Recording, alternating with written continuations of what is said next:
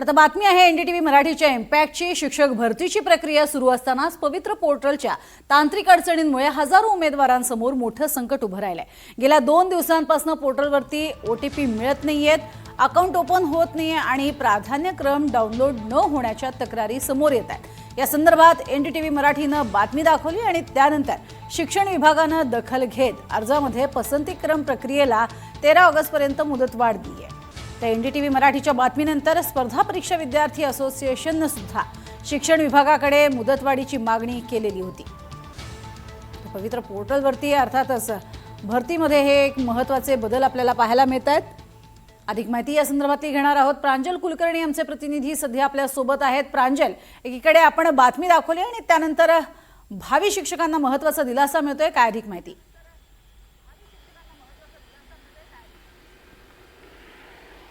प्रज्ञा, मुळात जर बघितलं तर विविध विभागासाठी ही शिक्षक भरती होतीये।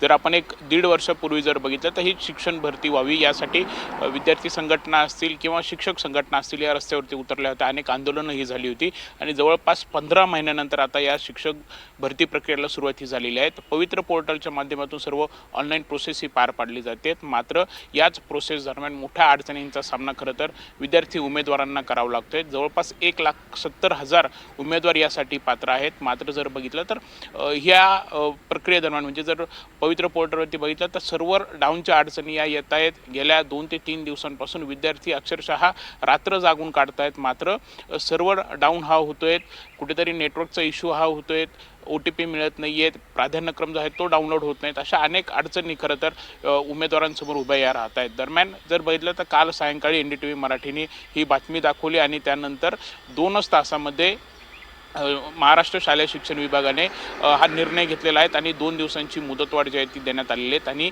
यामुळे खरं तर शिक्षक संघटना असतील, यासोबतच विद्यार्थी परिषद असेल, असोसिएशन असतील, यांच्याकडून खरं समाधान हे व्यक्त केलं जात आहे।